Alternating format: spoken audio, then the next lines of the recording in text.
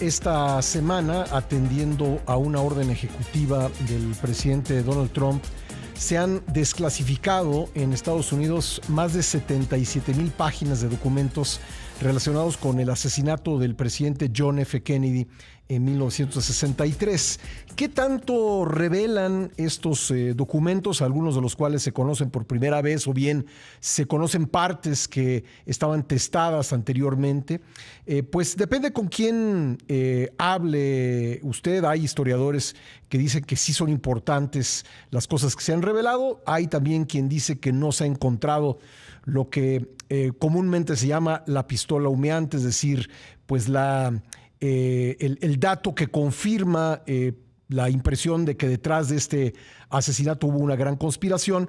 Y lo que sí es un hecho y está causando pues mucha molestia en Estados Unidos es que en el cúmulo de documentos vienen muchos datos personales, números de seguro social de muchas personas, datos que normalmente cuando se dan a conocer documentos en Estados Unidos a petición de personas que lo solicitan, pues se oscurecen, se tachan estos números para no afectar a las personas cuyos nombres y cuya información viene en ellos. Pero aquí se soltó todo y ahora incluso hay la posibilidad de que las personas cuyos datos fueron revelados pues demanden al gobierno de Estados Unidos. Vamos a hablar de todo ello con la periodista Adriana Gómez en Washington, D.C. ¿Cómo estás, Adriana? Me da gusto saludarte.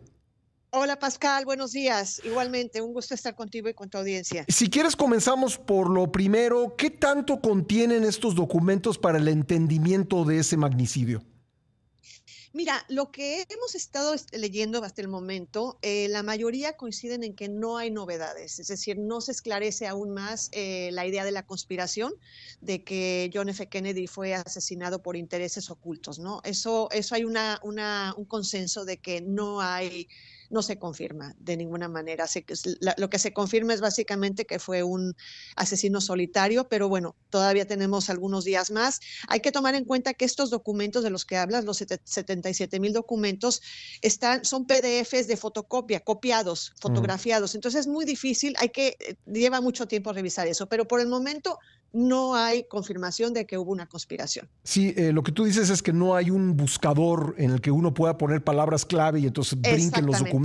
Hay que irlo revisando uno por uno y eso puede ser una cosa muy tardada. No todo el mundo ha terminado de revisar lo que se ha dado a conocer. Aún así he leído opiniones de algunos especialistas que dicen, no, este dato pues a lo mejor no está directamente conectado con el asesinato, pero sí es relevante para el entendimiento, por ejemplo, de cómo funcionaba la CIA y los órganos de inteligencia en Estados Unidos. Absolutamente, ese es el punto. Para los historiadores y los periodistas, este es un tesoro, una caja del tesoro.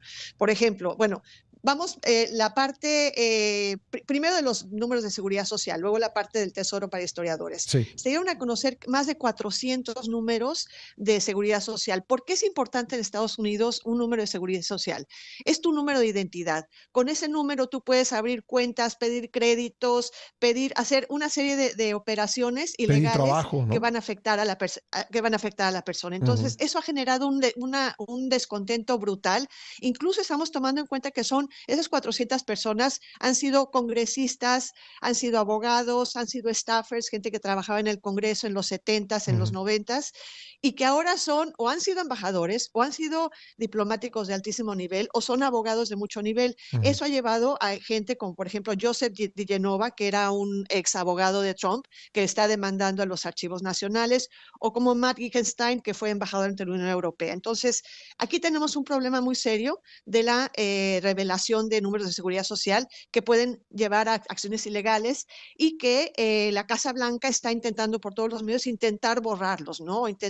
Incluso se han dado un número para que aquellos que hayan sido afectados manden un email a los archivos nacionales y que se les den un nuevo número de seguridad social. Pero bueno, esto lo que indica para muchos es que esta revelación de estos documentos se hizo de manera muy torpe, ¿no? De una forma que no tomó en cuenta esto. Y luego lo otro que tú comentas, efectivamente, se ha dado a conocer de manera colateral, como por ejemplo la CIA tenía acuerdos con el Vaticano, ¿no? Eso va a ser es un tesoro para los historiadores y los periodistas. Los acuerdos que tenía la CIA con Juan XXIII y con Juan Pablo VI, con Pablo VI. Luego lo que ya se ha reportado bastante en México de las intervenciones telefónicas en el 62, en los 60s, Y luego, otro algo importante, como la mayoría, más de la mitad de los diplomáticos en embajadas de Estados Unidos en el mundo eran agentes de la CIA. Esto es muy serio porque también se han dado nombres de agentes de la CIA y lo que se les llama assets o activos de la CIA, gente encubierta, ciudadanos normales en otros países que trabajaban para la CIA. Esto para algunos diplomáticos es un problema muy serio, Esto es para hoy, para muy, esta gente y a futuro. es como muy trompiano, ¿no? Porque, digamos, en lugar de resolver un problema con un bisturí, me refiero a muchas cosas que han pasado en el gobierno de Trump, lo resuelven con una sierra eléctrica, ¿no? Es decir, soltaron todos estos documentos sin importarles qué es lo que contenían en cuanto a datos personales, simplemente en un afán de decir que todo sea transparente y vamos a soltar, ahí va todo. Y realmente el problema es que hasta ahora los especialistas que han investigado por años este magnicidio, pues no han encontrado realmente algo sustancial en cuanto a la probanza de una conspiración, y sí, pues hay un montón de problemas relacionados con los datos personales. Fíjate que en este sentido, Pascal, algo que yo personalmente creo y que lo he rebotado con algunos personas especialistas. En el fondo de todo esto hay la idea de Trump de que la administración y la CIA, que hay un deep state, que hay un estado profundo que siempre ha estado intentando manipular o ocultar cosas a los ciudadanos Sí. y desde su punto de vista obstaculizarles su ejercicio del poder en su primer periodo y actualmente. Entonces, detrás de todo esto es esta justificación de que hay que destruir el deep state, hay que destruir este Y con estado ello las oscuro, instituciones, ¿no? oculto, Uh-huh. y estas fuerzas ocultas Uh-huh. que de alguna forma justifican todas estas acciones que seguramente ustedes han visto en México en las últimas semanas de cómo está destruyendo unas instituciones en este país. Sí. Por ejemplo, te pongo un ejemplo. El único nieto de John F. Kennedy, que se llama Jack George Schlossberg, es el hijo de Caroline Kennedy, estuvo muy molesto, hizo declaraciones muy molesto porque dijo, a nosotros no nos avisaron, uno, y le dice un senador de Utah, un senador republicano de Utah, dice, ¿por qué tardaron tanto en publicar estos documentos? Y le responde Jack, le dice, ¿realmente te importa el legado de John F. Kennedy? Tú lo estás desmantelando, le responde, ¿no?